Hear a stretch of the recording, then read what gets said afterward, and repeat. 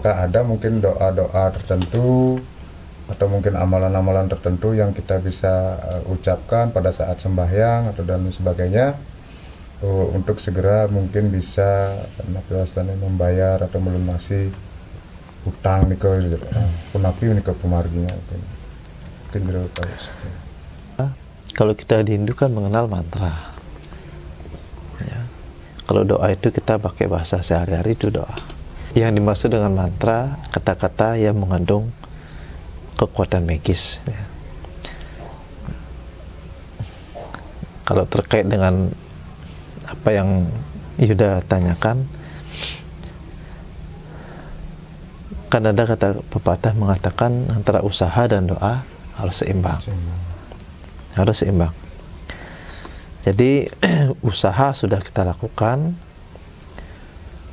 toh juga tidak ada hasil yang maksimal. Kemudian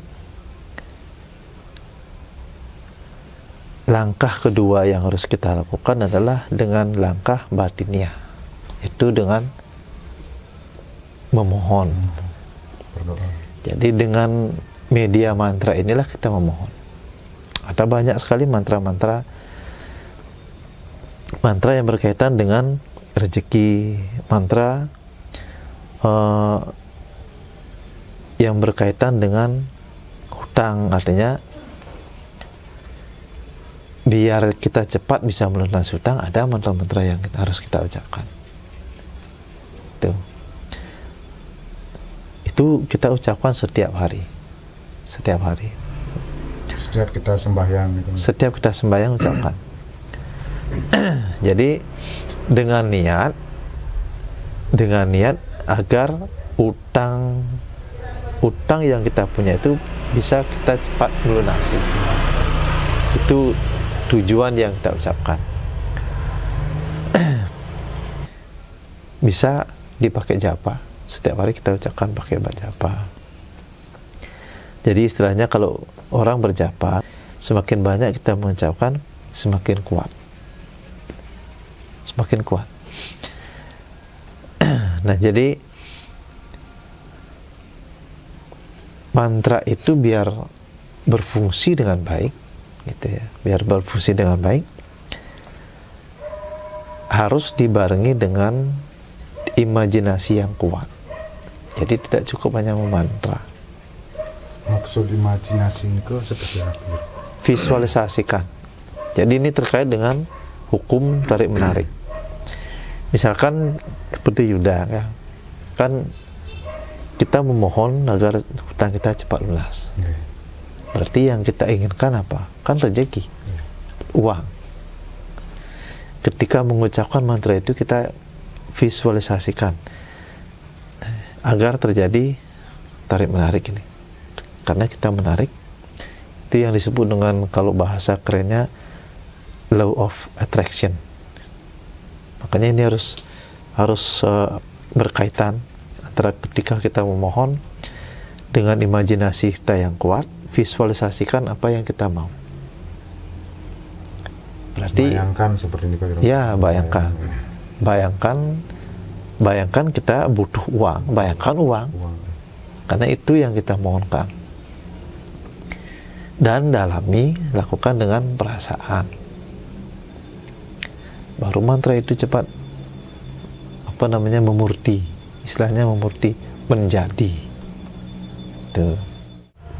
Nanti Yuda bisa catat mantranya. Om Anarnah Asmin Arnah Parasmin Tertie Loke Arnah Syama. Itu mantranya. Jadi agar kita bebas dari hutang piutang, kita memohon kepada Yang Kuasa. Berarti setelah kita melakukan itu setiap hari, terus mungkin nanti jalan yang dikasih mungkin seperti itu jalan. Iya, jalan. Tidak mungkin uang langsung jatuh, tidak mungkin. Berarti sejauh mana kalau itu terjadi, ini doa ini berhasil atau tidaknya gitu? Hasil itu yang sudah buktikan.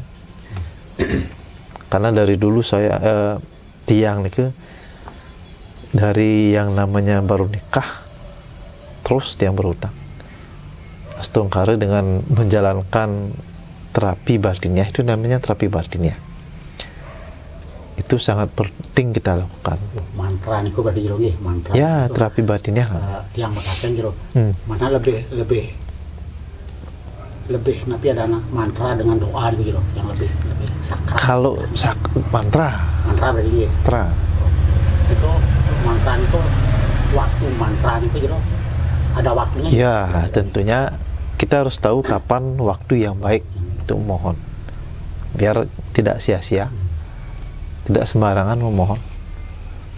Ada waktu yang satwik, ya, waktu yang satwik adalah waktu tengah malam atau dini hari. Itu yang waktu yang satwik untuk memohon. Kalau kita bisa melakukan di waktu tersebut, niscaya keinginan kita cepat terkabulkan, karena kita tahu waktu yang tepat. Apakah cukup mantra tok jero nabi wenden, mungkin misalnya kita mengaturkan canang, kita misalnya nabi wenden. Itu kan media perlu berarti. Karena Hindu itu tidak bisa lepas dari sarana.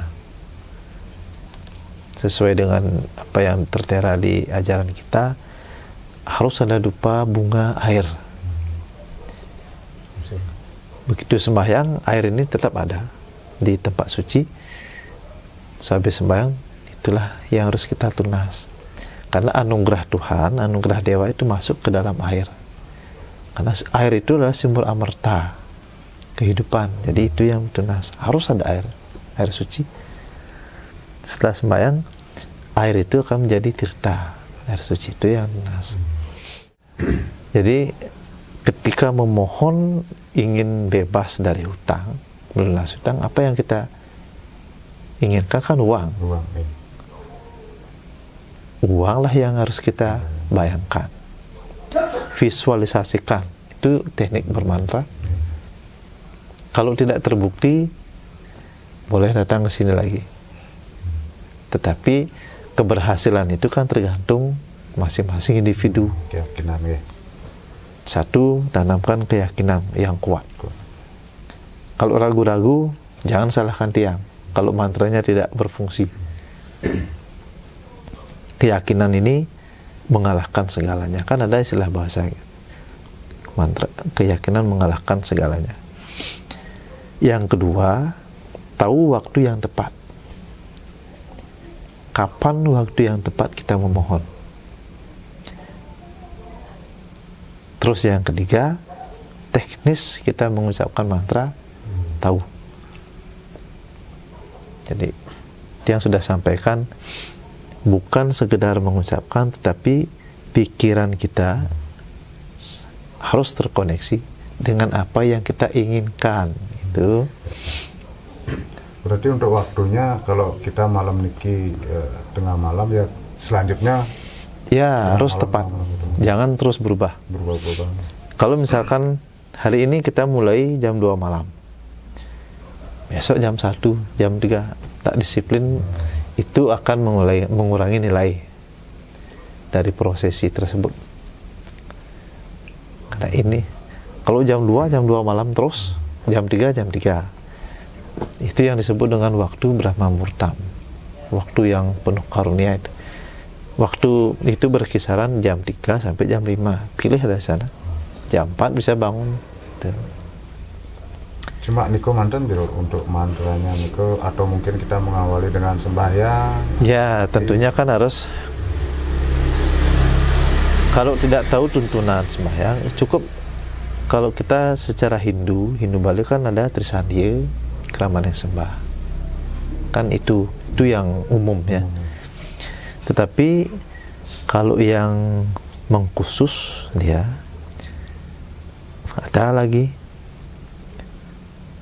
puja dulu Ganesha, terus lanjutkan ke Gayatri, sambungkan ke Istadewata yang kita puja.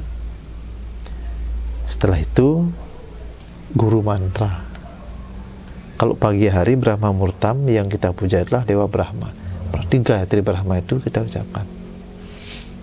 Gayatri Brahma, kemudian barulah kita memohon apa yang kita inginkan. Kita puji dulu, itu teknis bermantra. Teknis kita memohon, puji. Jadi setelah kita memuji kebesaran Tuhan serta para dewa-dewi, setelah beliau senang, barulah kita memohon. Jangan begitu baru duduk langsung memohon. Sama halnya kalau dia misalkan sebagai anaknya terus ketemu langsung minta uang, konen mau ngomong apa pun lagi. Puji dulu. Ya istilahnya kita basa-basi, rayu dulu. Rayu dulu baru kita memohon apa yang kita inginkan. Setelah beliau senang baru kita memohon. Senangkan dulu beliau dengan pujian. Tuh. Jadi itu mantranya Om Anarnah Asmin Arnah Parasmin Terti Loka Arnah Syama, agar kita bisa dibebaskan dari segala hutang piutang. Kemudian lanjutkan dengan Ayurdehi kan sudah bisa. Terus kalau atau Laksmi Puja dan Kubera Gayatri Kubera, Laksmi Gayatri itu sambungkan, karena itu yang beliau yang ditugaskan untuk memberikan kemakmuran. Jadi Dewa Kubera itu adalah bendahara keuangan. Itu menjadi satu kesatuan ya. Ya harus itu disambungkan. Istilahnya kita membuat surat kan ada tembusan. Tembusan ini ya, kepada siapa yang harus kita tuju, terus tepat, jangan sampai salah sasaran, kan paham sudah.